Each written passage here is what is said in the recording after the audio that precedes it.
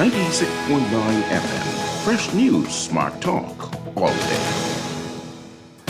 The views and opinions of the hosts and guests are their own and do not necessarily reflect the position of the management and staff of Guardian Network.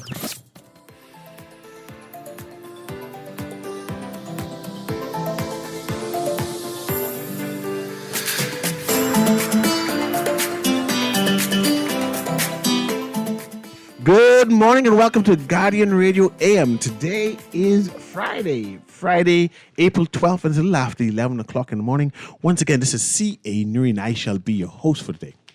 I'm excited.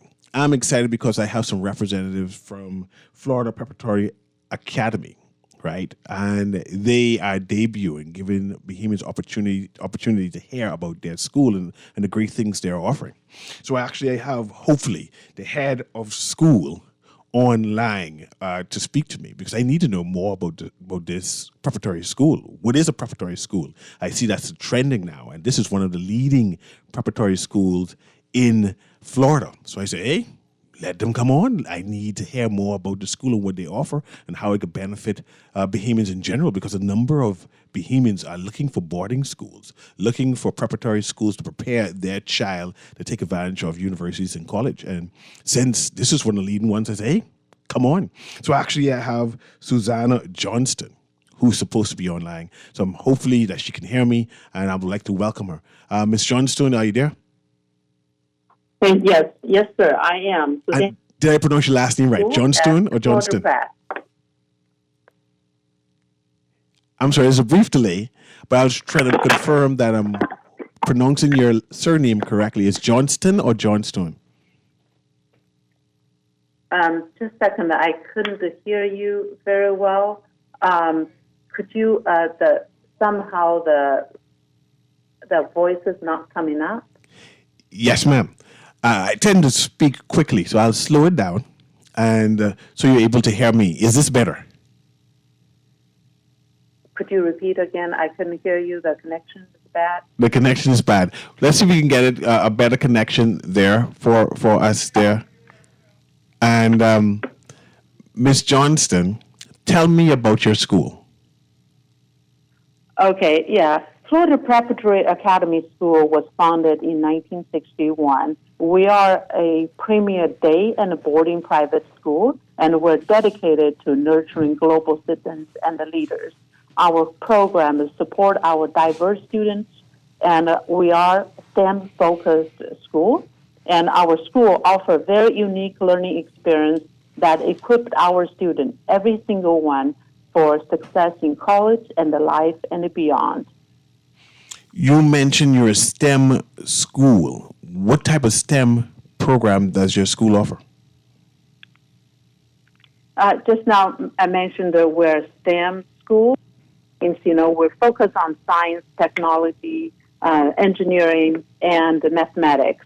With our STEM focus, we build our curriculum around these goals so that our students will go out after they graduate with our school to the universities.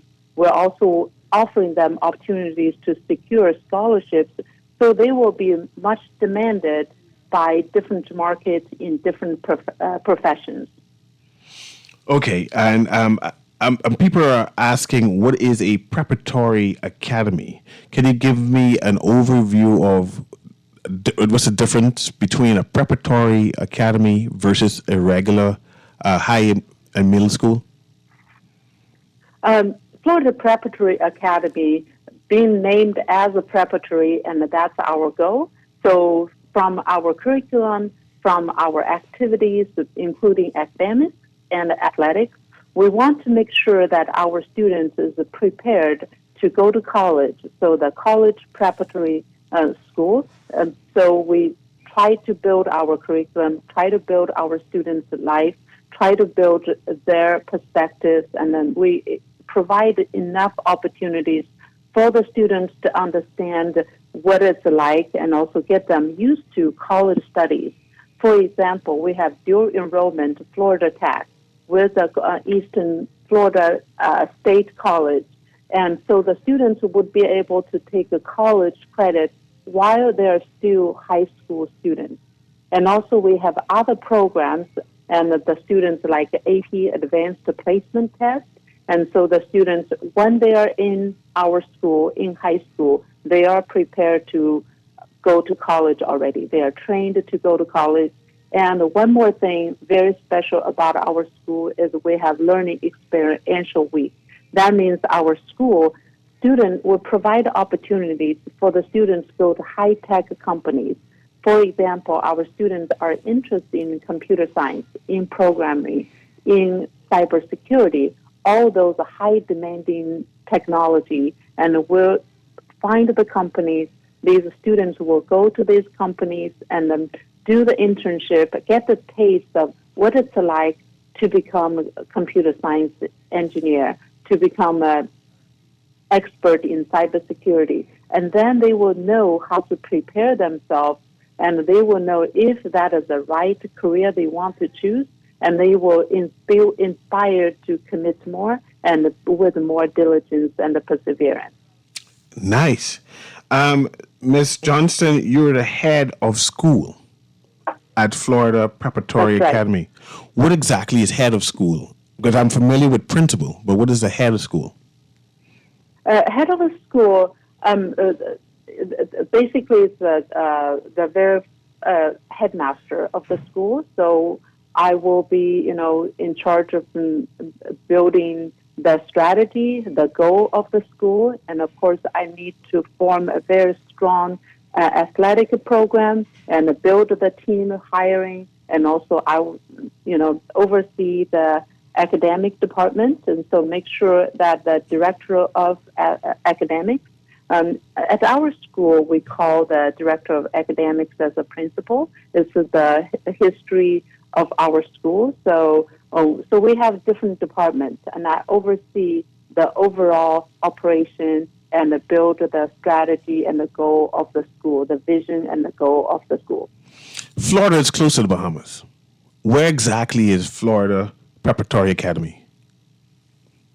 Florida Preparatory Academy is located in Melbourne, Florida, and we're along the Space Coast, which is very important, and we are about an hour away from Kennedy Space Center. Nice. And 1.5 hours away from Universal Studios, Disney World, and we're about 45 minutes away from Orlando International Airport.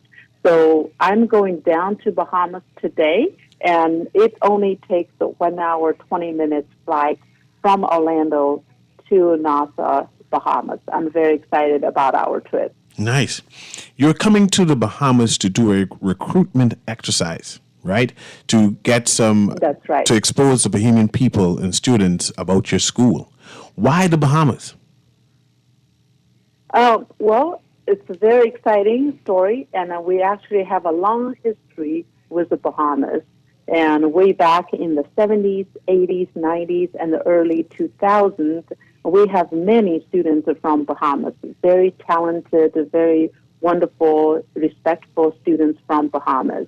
And for some reason, because I just took the position last year, so I'm not sure about the reason, but a lot of people, the alumni in Bahamas, in Orlando, in the local area, always ask me why you don't have students from Bahamas to benefit, to train, to become like one of them. Mm-hmm. For example, we have Bahamas students who are now in computer science, and we have Sean and Kevin Dorset.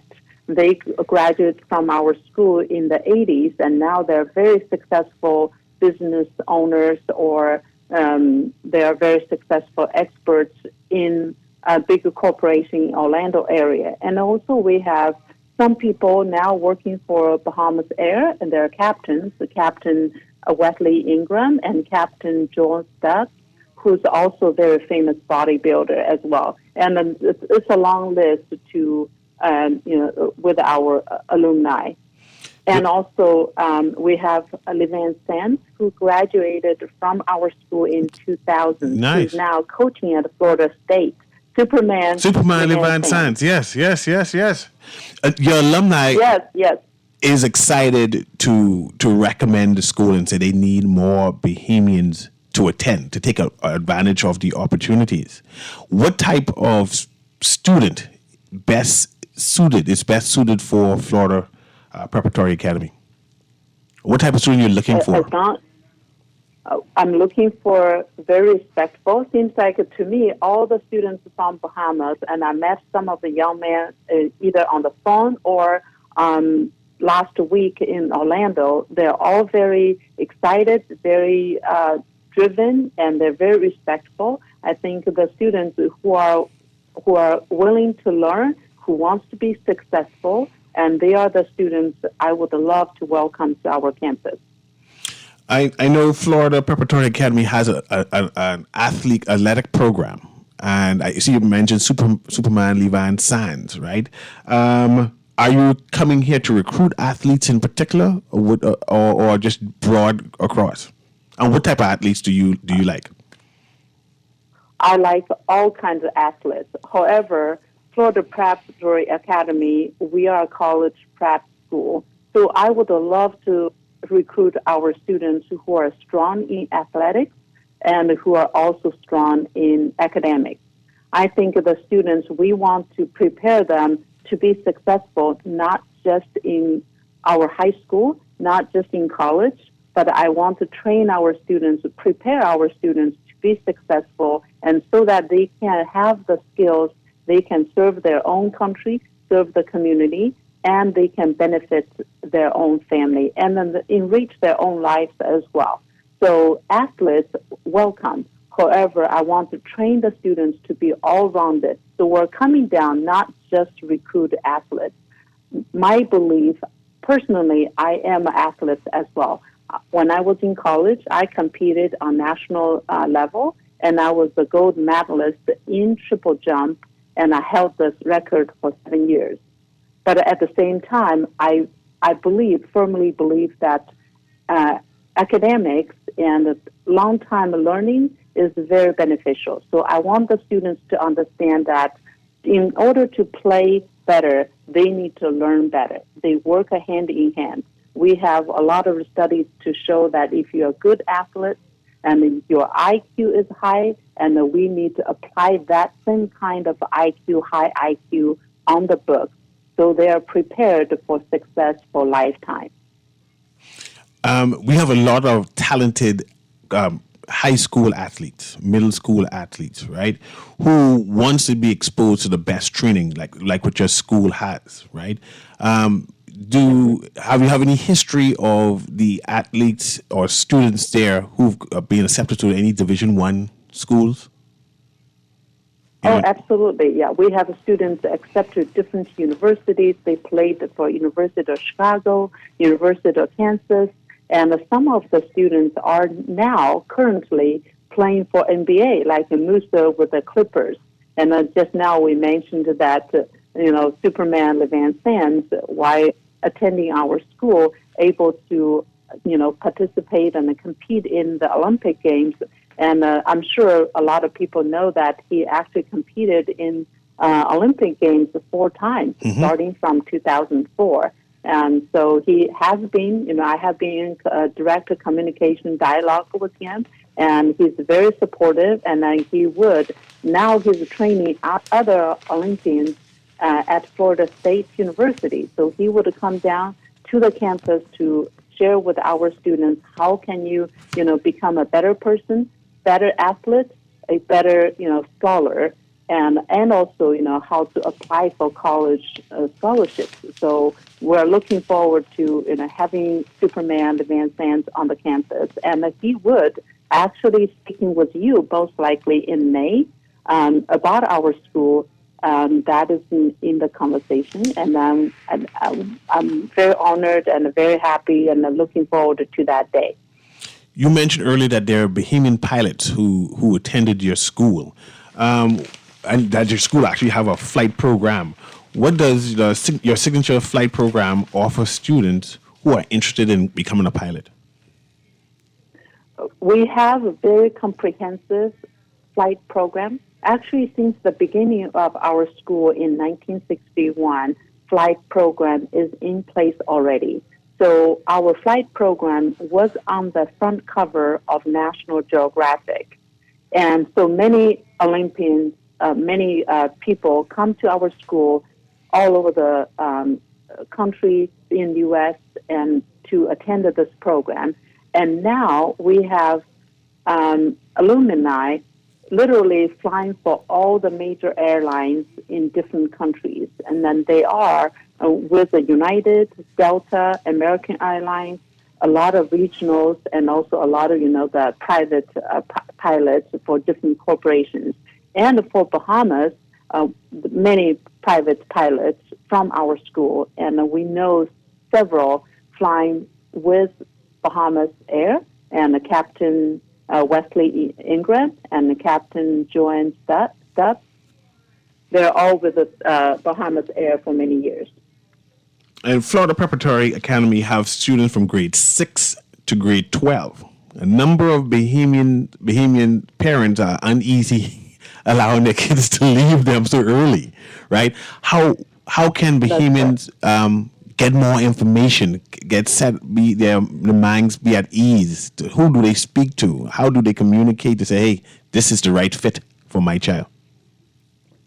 Well, if the parents are very interested, and I will be there together with my director of admissions, Jenny Picton, this week from today until Sunday and 6 p.m. And it will go down again in 2 weeks. So they can also reach us at floridaprep.com, flprep.com, or email us admissions@flprep.com, or call us at 321-723-3211. And we will have informational session tomorrow at the church, that is Liberty Baptist Church, and from 9 a.m. to 12 p.m. And also will be available as well on Sunday in the hotel we stay, that is the British Colonial. So we can, meet the parents.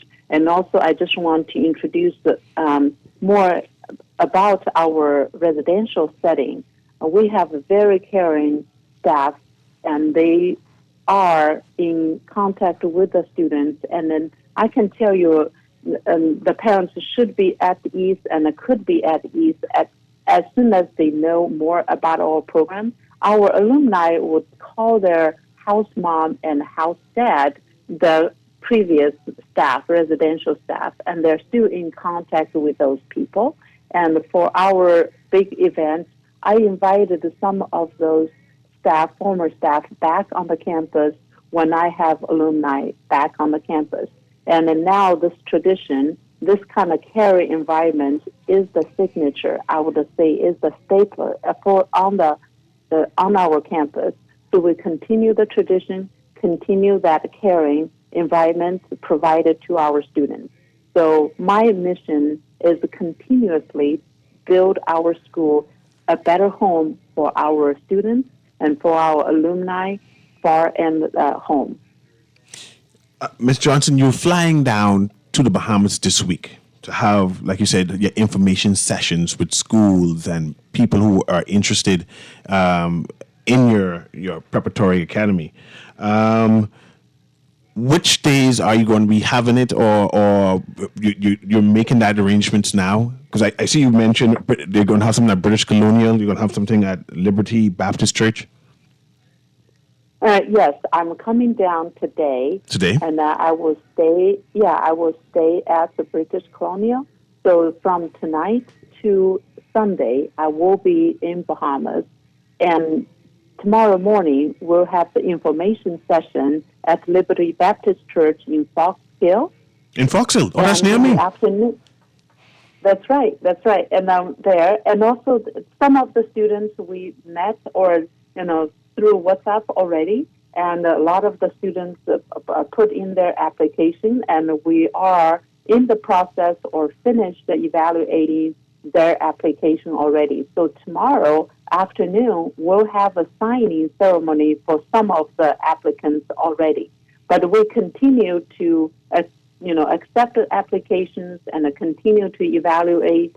And so Sunday, we continue to meet the students in the hotel we stay, British Colonial.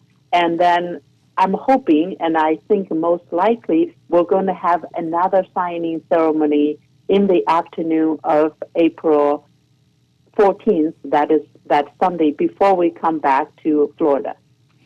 So it's going to be a 2-day event, Saturday and Sunday. Saturday, it's going to be at Liberty Baptist Church, which is going to be in Fox Hill. What time and will it be in Fox Hill, Liberty Baptist Church? Starting from 9 a.m. Okay. And on Sunday at British Colonial, what time will it be for the informational session? Could be as early as 7 a.m. Nice. I'm excited about this. Most likely be with individual, and then the parents. We're expecting a lot of attendance already because all the organizations are reaching out to us, and specifically Lucania Youth Organization. The founder, Mr. Ricardo Lee, and is working, and we talked, and then many people is reaching out to him and reaching out to our school. So we have accepted many applications already. So a lot of the parents, a lot of the students are excited for our informational session. And we're very excited to go down to Bahamas and welcome and renew our historic ties with Bahamas. Ms. Johnson, give me a contact. How do we get in contact with you whilst you're here, like a Facebook page or an email address? So we say, I'm interested, I want to call you and I want to meet up. How do I do that? And you can reach me at my email, that is in Sam Johnston, my last name, John, John, S in Sam, Tom, Oval, Nancy, at slprep.com. So my email is SJOHNSTON at slprep.com. And also you can find me at WhatsApp, Susanna Johnston, just like my name, Susanna, SUSANNAH,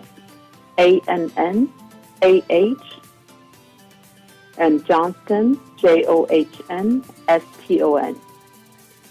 Good. So that's Miss Susanna Johnston from Florida Preparatory Academy. It's a boarding school, and they're here in the Bahamas starting Saturday and Sunday. They're going to be at Liberty Baptist Church, and of course, they're going to be at British Colonial Hotel. Liberty Baptist Church will be on Saturday as early as 11 o'clock, and on Sunday as early as 9 o'clock. Maybe she'll be giving details with the parents and explaining the school, how to register, how to apply. I want to know more about scholarships. I'm going to take a brief break, right? And then I'm going to come back to you and just want to hear about how can Bahamians take advantage of scholarships and stuff like that. But we're going to take a brief break and we'll come back. A lot of scholarships to offer, especially with the historic ties with the Bahamas. Yes. We'll be right back. Thank you.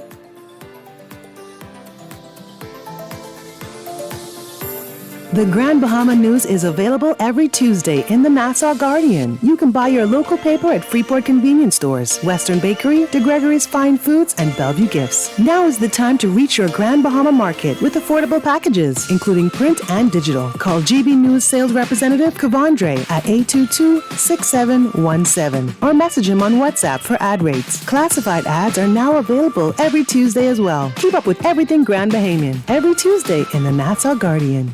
Boy, why you look so mashed up like clothes at the washer? No, boy, just a hard day, boy. Hard day? What happened? The breakfast lady ran out of tuna and gritty. We need to start joking about everything, you know. This serious, boy. This real serious, boy. Boy, what's serious? Tell me. All right, well, today, boss gave us, boy, one big contract. And nobody else get a chance and nobody say nothing.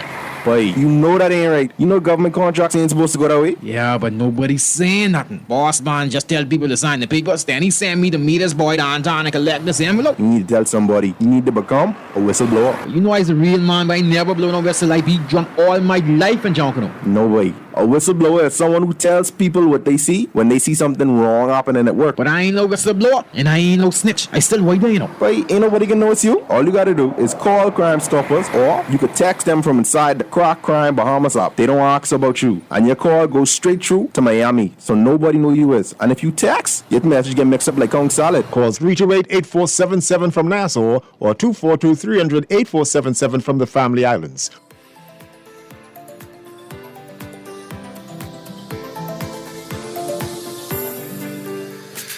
And welcome back as we close with Florida Preparatory Academy boarding school with Miss Susanna Johnston, who's the head of the school there. I want to hear about scholarships and about that that Bahamians could take advantage of. Yes, absolutely. We offer scholarships to support the students, and so we actually offer a tremendous amount of students scholarships, and then so we will evaluate the students' transcripts, and we'll evaluate the students' recommendations from their teachers, from their coaches, and I believe that the sports is like a microcosmic part of life. Just you have to you lose, you win, and you fall down, and then you have to learn to get up. I think athletics play such an important part in define our characters. So I want to see our strong students can be good at sports. Our good athletes can be good at academics. I think it's a hand in hand, as I stressed earlier. So we want to have recommendations from their coaches as well as their math and English teachers, and we take everything into consideration and award them scholarships so they can move on to be successful, and so that they will make a huge change in their community. And we, Florida Prep, would be very proud to make a difference in their life. And the Florida Prep has a long history of supporting students from Bahamas. And for example, even 2019, because of the hurricane destroyed some of the schools, and we accepted several students with full scholarships. Nice. And those students are very grateful, and now they are, coming back, and I heard some of the good reports. So that's what we do, and we want to be good educators, make a difference, make some impact in our community. Thank you very much, Ms. Johnson. So scholarships and financial aids are available. So come on by on Saturday at Liberty Baptist Church, which is in Fox Hill, to learn more information about Florida Preparatory Academy and how best your child can fit into the school, take advantage of information about scholarship and financial aid. If you're an athlete and want to know more about getting your skill developed at the institution, if you're an academic and want to take advantage of being prepared for university, this is the time to come and take advantage of that. Again, this is Miss Susanna Johnston. This is from Florida Preparatory Academy. She is the head of school there, and I'd like to thank you for joining us again. Thank you very much, and looking forward to my first trip to Bahamas. Yes, and welcome to the Bahamas. Can't wait to see you. Have a good day. Yeah, thank you. Thank you very much. See you there. Bye-bye.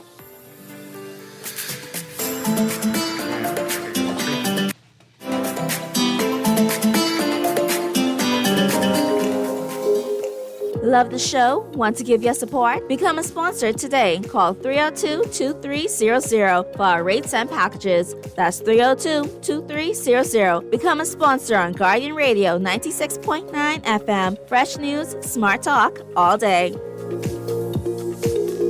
The excitement, the fierce competition, the entertainment. On May 4th and 5th, our Bahamian athletes will compete with hundreds of the best from around the world to secure their spot in the Paris Olympics. Gardner takes the title. Come witness history as our athletes chase the sun from paradise to Paris at the 2024 World Athletic Relays. May 4th and 5th at the Thomas A. Robinson National Stadium. Get your tickets now at worldrelaysbahamas24.org or at the Andre Rogers Baseball Stadium box office. And welcome back to Guardian Radio AM. This is CA Newry, and Grand Bahama Port Authority is trending. We have been trying to have a show about this, Aaron and I, from last week, actually. You know, we normally do that on Wednesdays when we do analysis of the news and what's trending. We plan to do that on hopefully Wednesday, but it's going to be a series as we break down the various news clips, as we break down the various news articles on it. But something caught my attention today.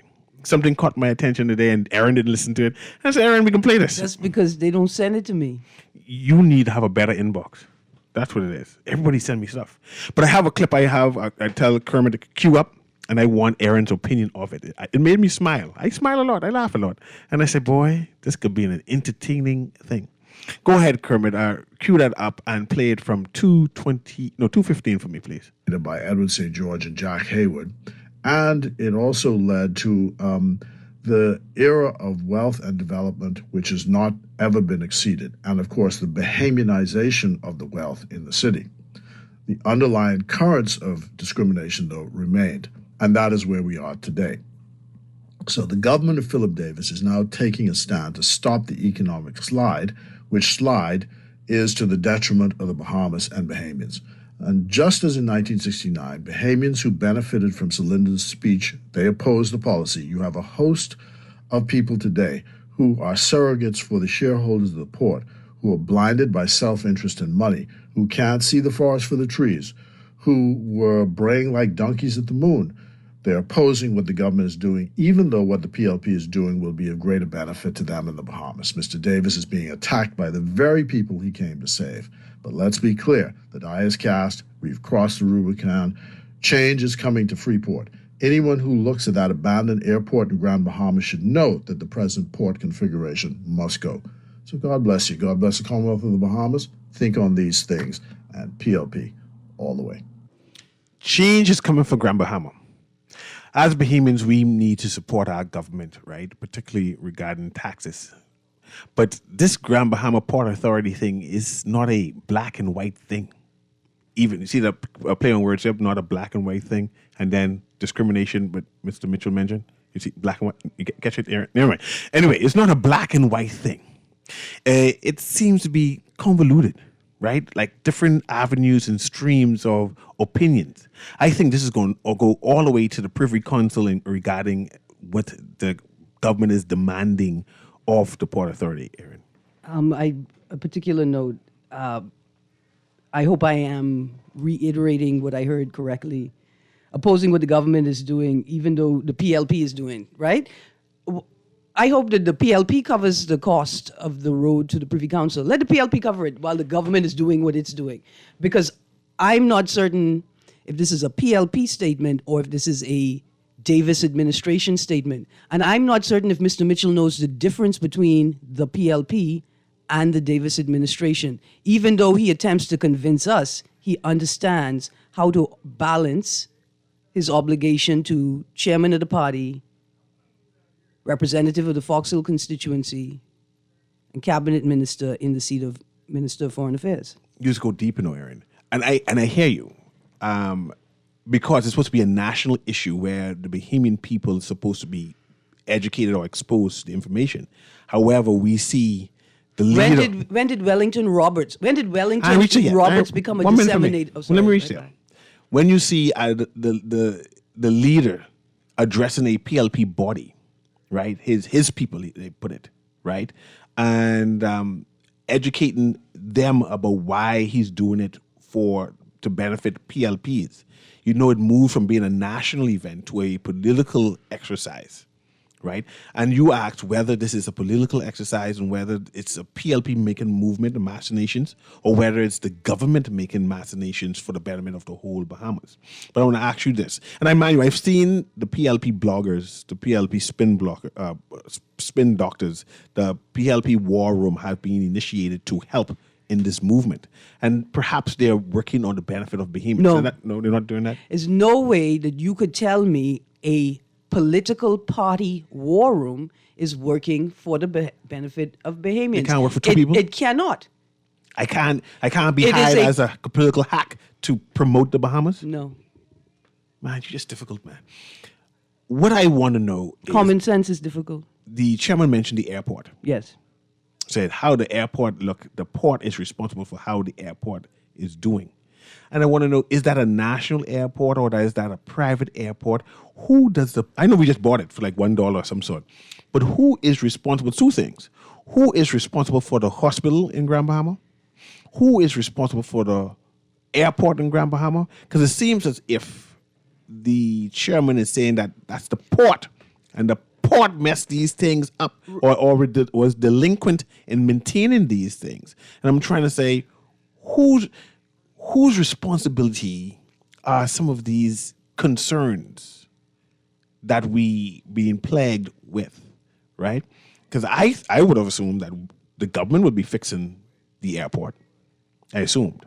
I just realized Dr. Michael Darville mentioned that the hospital in Grand Bahama is a private institution. It's not a public institution. Oh, I'm trying to pull up those notes from yesterday's show. And I said, read you mean that. there's no public hospital in the second city?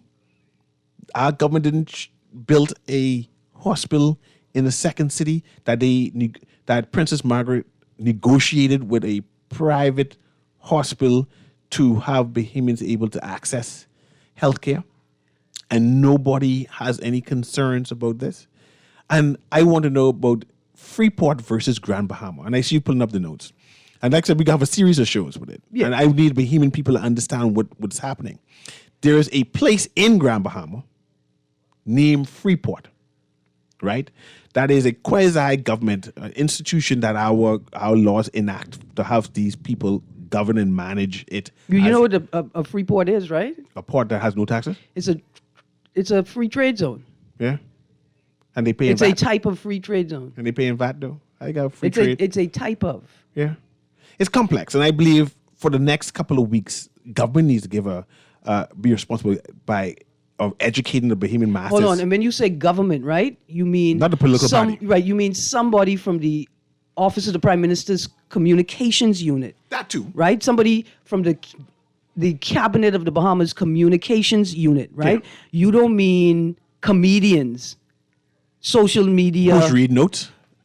Reading notes as you get information. And it's all kinds. What concerns me more than the comedians is all of these nameless people going under pen names. Political hacks. Pretending to be public intellectuals, but they're hiding behind pen names. But when they write as if all right-thinking people know who I am. They're shaming the Bahamian public for having a different view. No, it's not the shaming the Bahamian public. Right. They're attempting to make the public feel ashamed that they're not aligned with the dominant political narrative, right? As opposed to the role of a public intellectual, which is to explore all public narratives, right, for their validity and their weight. Hopefully, these communications and explanations come from or directly from the ministries responsible, the communications office of the Prime Minister, and not all of these new social media sites purporting to be reputable media houses, but not identifying the reporters, not identifying the owners of the entities. And how dare you, government, allow these people to publish information as if they work for you? And we'll never know if they get paid by you or your political actors. Clearly, they got notes. You can see them reading off the notes. But that's not here nor there. I mean, and believe imagine all that, Bahamians should be able to participate inside this right, conversation. but all, not just political hacks, not just political cronies, not just political sycophants. Imagine people who gleefully declare that they paid members of political party war rooms have access to information that should be public record, but the public cannot find it but for these sometimes libelous, defamatory public statements by anonymous media hacks. I want to ask you this. Is this port issue that the government is a row, public row? It's a public row. I'm not sure why it's a public row. Is this a black and white thing? White foreigners trying to not allow the general masses of black people to get access to wealth? Because it was hinted in the narrative, and I'm not sure if you heard it. There's a long narrative of bend and break, the long entwined narrative of we still dealing with sellouts, house Negroes, who are defending the establishment because they are selfish. Put aside the sort of incendiary language that attempts to evoke a fear of a return to pre-majority rule Bahamas. Put that aside. The statement in itself is weak. It has no real substantive information in it, and it's unbecoming, not just of a Mr. Fred Mitchell, but of a chairman of a party, and not just a chairman of a party, but a chairman of the governing party, of the administration of the day. It is weak. It is not up to par, and it should not be considered serious information for public discourse. I see I have a caller here, and like I said, we're going to have a series of conversation with that. And recently, I posted something regarding why we should support the government. And of course, because I had posted that, I had to post or create a narrative on why the port is right. The Grand Bahama Port Authority is right. I'm going to read that and to both sides of the story. And so Bahamian people can have a debate and say, okay, I see what's happening. Right, perspectives. And the goal right now is for us to be mature enough to say, okay, I see what the row is all about. But let's go to this caller right now. Go ahead, caller. Can you hear me? Hey, good morning, Ms. Green. Good morning, Mr. Newry. Morning. You know, I was listening to the conversation, and I listened to what Mr. Mitchell had to say, but me as a Bahamian, I really don't have a problem with what Mr. Mitchell is saying, I mean, really and truly, I very ignorant about the Hawksbill Creek Agreement. We learned about it in social studies years ago and read in the Bahama Handbook, but we never really had a look at the intricate details. And so maybe, like the caller said, we need to read it and find out the truth. But here are some untruths, and here's what indicate the ability of governments here at home and abroad to obfuscate and hide the truth. Here it is now, CNU is disclosing the fact that the hospital is not public. So, how long, this is a perfect example of how government can hide the truth from people. I don't know why we are so naive as people. Maybe because we don't be underread and we're not conscious. So in the book Blood and Fire on Sahari Oaks, I read about 20-something years ago, and I still have it. So I remember them saying, Meyer Lansky, Wallace Grove, all of these nefarious people mixed up in the Hawksbill Creek Agreement. You know what is an agreement, right? So you know who's Meyer Lansky. Mm-hmm. And then even as it relates to the murder of Sahari Oaks, who people were still being killed for still investigating up to the 70s, they said that, these guys used to come in like Vicky on yachts in the nighttime, et cetera, et cetera. So the book is actually very, very pictorial and graphic, and it's a book. It's a must-read. It's a must-read, I should say. And, that's all I wanted to say. I mean, and then thanks to Chivago, right? Another perfect example. Chivago said there's a mystery as to what happened to the Bahamian shares in the Hawksbill Creek Agreement. It just so maybe we need to seems to be missing. Journalism. I mean, what's the point of talking if we're not trying to unravel what's needed to be unraveled? I'm sick. In 50, you're absolutely right. And hopefully, Aaron and I will be able to interrogate all of that. We need a history of the Hawksbill Creek Agreement, a history of the Bahamian shares, and then a revelation. You cannot ask the Bahamian people to support you. I'm talking about the PLP and the government. That's two different institutions acting in cohort with each other. You cannot ask the Bahamian people to support you without coming forward with information to say, this is where we stand. So these are the 5 government reasons I crafted, right? So the Grand Bahama Port Authority is in breach of the Hawksbill Creek Agreement to develop Freeport for the benefit of the licensees of the Port Authority. Now, the licensees and the Bahamian people are 2 different people. Yes. Right? So I want to know, what is the duty of care of the Grand Bahama Port Authority under the Hawksbill Creek Agreement? Is it to benefit the licensees of the Port Authority and the shareholders, or are they in it to benefit Bahamians? Right? That's a question. So the Grand Bahama Port Authority is in breach of the Hawksbill Creek Agreement for selling off port assets. It was not theirs to sell. They sell all kind of things. We watch it. And know what I find interesting? Hold on, did they sell anything that could be put on a plane or a boat and taken out of the country? Our government watched them sell it. Listen, did they... Remember, these approved sales, you know. Did they sell anything that can be put on a boat or an airplane and removed from the jurisdiction called the Commonwealth of the Bahamas? Let me give you an example. The Port Authority lease land, right? That can't be moved. Right. Right? But they dredged land. The land ain't there. The land gone. The land ain't there. Hold on. It's like having 21/7 land, and then you'd look the next day. How long ago did the Port Authority, how long ago was the land dredged? Our government's watch. Okay, then. We watch. So they saw it happening. They saw it happening. You mean the same way that web shops were operating despite the fact that the law said that they shouldn't be operating, but they had business licenses, and when the government shut down, when the police shut down all of Craig Flowers' businesses that one day, and the police wouldn't take any of the staff until they were compelled to, and then the next day everybody was out and the business was running as normal? You mean like watching like that? This is why I'm concerned, but I ain't breached that yet. That's Sorry, on the my opposite bad. side. My thing is to say what the government could sue over or complain about. Then I created this list.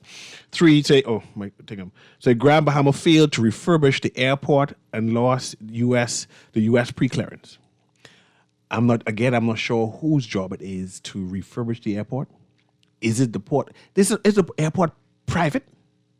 Or is it public owned by the Bahamian people? Is the airport within the zone demarked Freeport? Is it in the Freeport or the airport is outside Freeport? You know, who bought the airport recently for $1?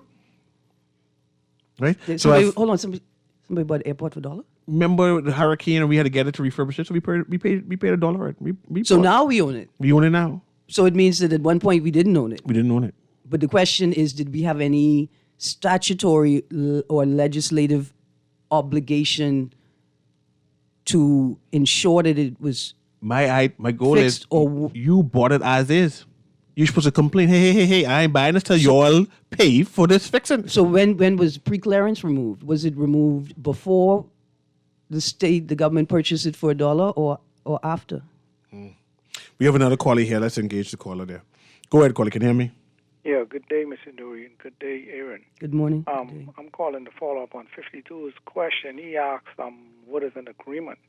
What is in the agreement? What is an agreement? It's a legal agreement, so it's a binding agreement, whatever it is. Okay, and it's the same thing, an agreement is the same thing as an indenture, right? And what about the Bahamian shares in the Port Authority? But also to digress from that, let's just chime a little for a quick second on what about the Bahamian shares in BPL, because the Prime Minister made a statement yesterday saying that when they get their ducks in a row in reference to this private partnership, and I'm just calling to say we have to keep an eye on that, because if they never had their ducks in a row, why did they put out the offering for people to offer about a private partnership? That's my contribution for interesting. Everybody to think about today. You all the way, sir. You all the way in the future. I'm still trying to figure out where's BEC. Where is the entity called BEC? But no. Yeah, it's really BPL, because C. Allen Johnson said about a couple of weeks ago, they said they were not selling BPL, but they're selling the manufacturing. The production of the electricity, the transmission of it, and the distribution. But that's all BPL is. So No, BPL is a management company. Yes. Okay. BPL is a management company. is the BEC machinery is type. supposed to be the part that does all the stuff, and BPL is supposed to be the part that manages it. You can't. What does it matter? You can't sell a managing company that doesn't belong to you. What are they selling, and where is BEC? Yeah, and what about our shares, the Bahamian public?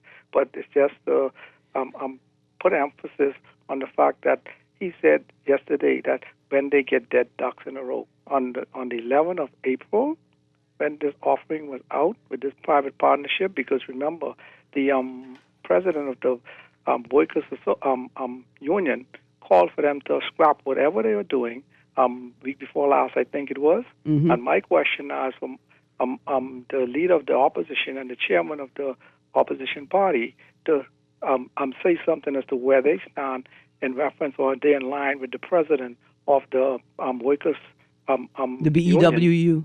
You see? Thank you very So much, we have to keep a track on that as to what is our public shares in BPL and what are they doing if they trying to backtrack now and the union president calls say, hey, whatever they're doing, this scheme or whatever they call it, because they know nothing about it, ought to go away.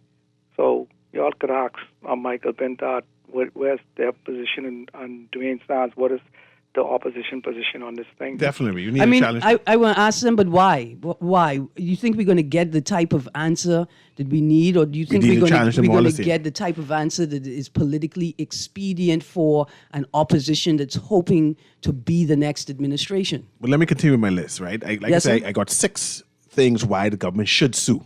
Sue the government Port Authority because of what's happening. I'm number... You got 4 minutes. 4 minutes. Oh, it looks like I got to talk about this. Go. But continue. Okay. So 5, I said the Bahamas government repeatedly stepped in to fulfill Grand Bahamas Port Authority's responsibility while they pocketed funds from assets damaged insurance. They got it when the hurricane come. They got the insurance money, right? Right. They supposed to reinvest the money they got into the free port, and they didn't. They just keep the money and then sell the assets. So what the government is trying, am I to infer, right? Am I to infer from that the government was so busy fulfilling the obligations of the port that they didn't have any time, energy, resources, or even care in their heart left for the people in Grand Bahama that are not a part of the free port and needs to be explained. Why West End looks like how it looks, right? Why are we concentrating on Freeport when we have the whole Grand Bahama seem to be dilapidated, right? But it's why another reason why the government needs to sue is that Freeport look bad. They're not being invested. The Port Authority seems to be derelict. Anyone inside the Bahamas can see that, hey, something is wrong. We need to support our government to put their feet to the fire that the Port Authority needs to do what they're mandated to do. Okay. Now, I see I only have 3 minutes, so I got to run through 5 reasons why the port is right and why the port should complain to the government. So I can go this quickly, right? At all times, the government was aware of the Grand Bahama Port Authority strategy. They saw what the port was doing. They said nothing. That means they agree. Silence means consent, right? The government was aware of the sale of the assets. The same assets they complain when they get the benefits from. The government saw them selling it. And got whatever taxation was due to them. And they got the taxes and whatever it is for the sale of it. And the government didn't say anything. That means the government agree that they could sell it. The government requested the Grand Bahama Port Authority build schools at its own expense. That means they're abdicating their responsibility. Hold on, but build school where? Why are you building schools in a free trade zone? All the schools. You mean outside of Freeport? All the schools got built in the Grand Bahama right now, the Port Authority built. The government is saying just abdicated their whole responsibility. Not even the schools, right? This last one said the government bought the Freeport International Airport, also failed to reopen and reestablish pre-clearance, right? The government hasn't provided any independent assessment or accounting for the sums, that 300 million. Like, how did you get that 300 million? We can talk about this again. I mean, they just make up numbers, like $1 billion investment in Exuma. They just make these things, right? But we could ask for that. Absolutely. Right after we asked about the story, man asked to avoid ankle monitor because he says it attracts sharks. If it attracts sharks, you need to take off the ankle bracelet. That's how I look at it. I mean, what you doing where the sharks are if you have on an ankle monitor? Sharks are in the ocean. Why are you in the ocean if you have on an ankle monitor? That's not where you live. Sharks live there, not you. Why are you mad? He was talking about land shark. There's a whole story about it. Land shark. You know, this is Guardian Radio AM with C.A. Newry. Come check us at the Agribusiness Expo this weekend. Yes. Me and C.A. Newry. I know if I would be out there, man. Your pepper sauce could be there. Yeah. Producer, kill the music. Have a wonderful day. Kill the show.